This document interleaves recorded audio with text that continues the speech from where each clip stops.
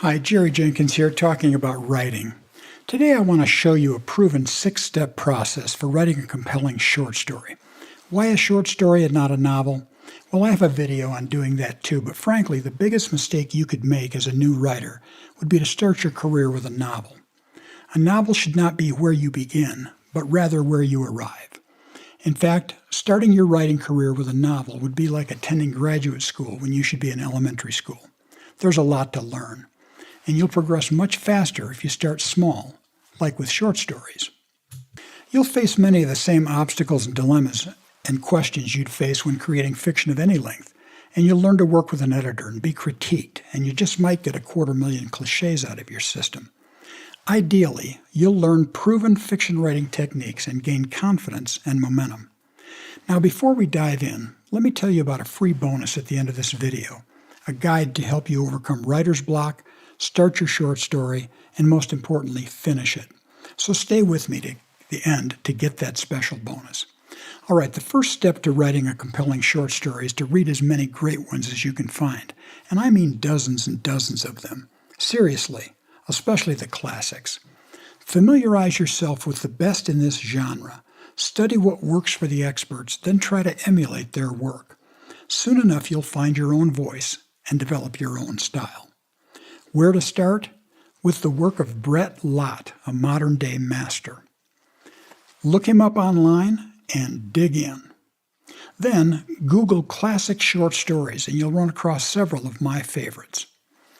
The Telltale Heart by Edgar Allan Poe, The Fall of the House of Usher, also by Poe, The Pit and the Pendulum, also by Poe, The Gift of the Magi by O. Henry, The Ransom of the Red Chief, also by O. Henry, The Necklace by Guy de Maupassant, The Celebrated Jumping Frog of Calaveras County by Mark Twain, The Lady and the Tiger by Frank Stockton, and one of my all-time favorites, The Most Dangerous Game by Richard Connell.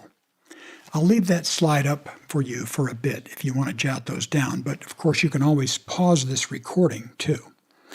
Now this may sound like strange advice, but it's important.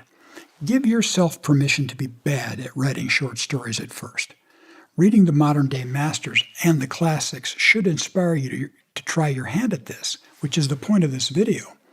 But your first efforts are not likely to match the quality of the best short story writers in history. But think about it. You don't remember learning to walk either, but you've seen toddlers do this. They plop down dozens of times before they finally get the hang of it. Same with learning to ride a bike or dance or bake a cake.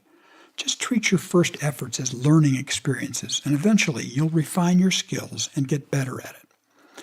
The second step to writing a compelling short story is to come up with a winning idea. At its core, fiction writing isn't about rules or techniques or someone else's idea. It's about your story well told. Compelling story ideas are all around you, so train yourself to recognize them. Here are 3 strategies to generating story ideas. First, learn to recognize the germ. You might remember a person, a problem, some tension, a time of fear. Ask yourself what-if questions about it.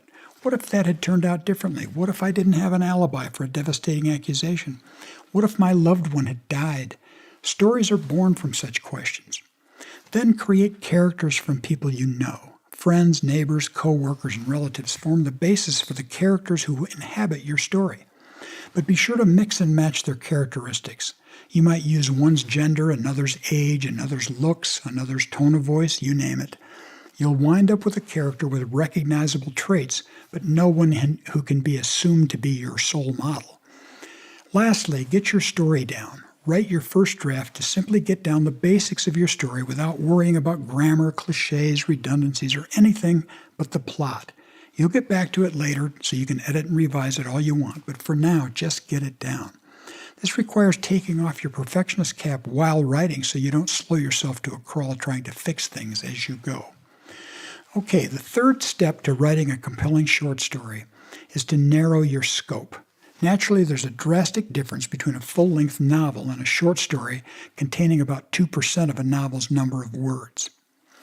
A novel can accommodate decades and an extensive cast of characters, subplots, and all the rest. A short story must pack an emotional wallop with dramatically fewer elements. The best short stories establish a character's status quo, often only one scene that also bears the weight of what it is you're trying to say about his life before whatever happens in your story. So here's how you can tighten your story. If your main character needs a cohort or a sounding board, don't give her two. Combine characters where you can. Avoid description of settings or characters as a separate element. Rather, write just enough to trigger the theater of your reader's mind. Eliminate scenes that merely get your characters from one place to another. The reader doesn't care how they got there, or they can assume it. So you can simply write, late that afternoon, Jim met Sharon at a coffee shop. We don't need to see him getting ready, arranging a ride, etc. The goal is to get to a resounding ending by portraying a poignant incident that reveals your story and its point. The fourth step to writing a compelling short story is to employ a classic story structure. I endorse the approach Dean Koontz recommends in his book, How to Write Best-Selling Fiction. He suggests a simple four-step approach. First, plunge your character into terrible trouble as soon as possible.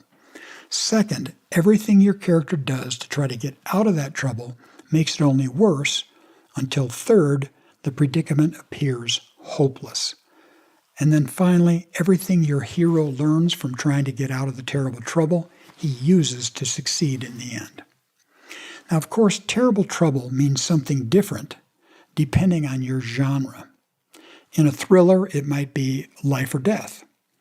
In a love story, the trouble might be emotional. Regardless, it should be the worst trouble you can conjure for your character. Then it's crucial to avoid wasting precious reading real estate, setting up your plot, or providing a lot of backstory.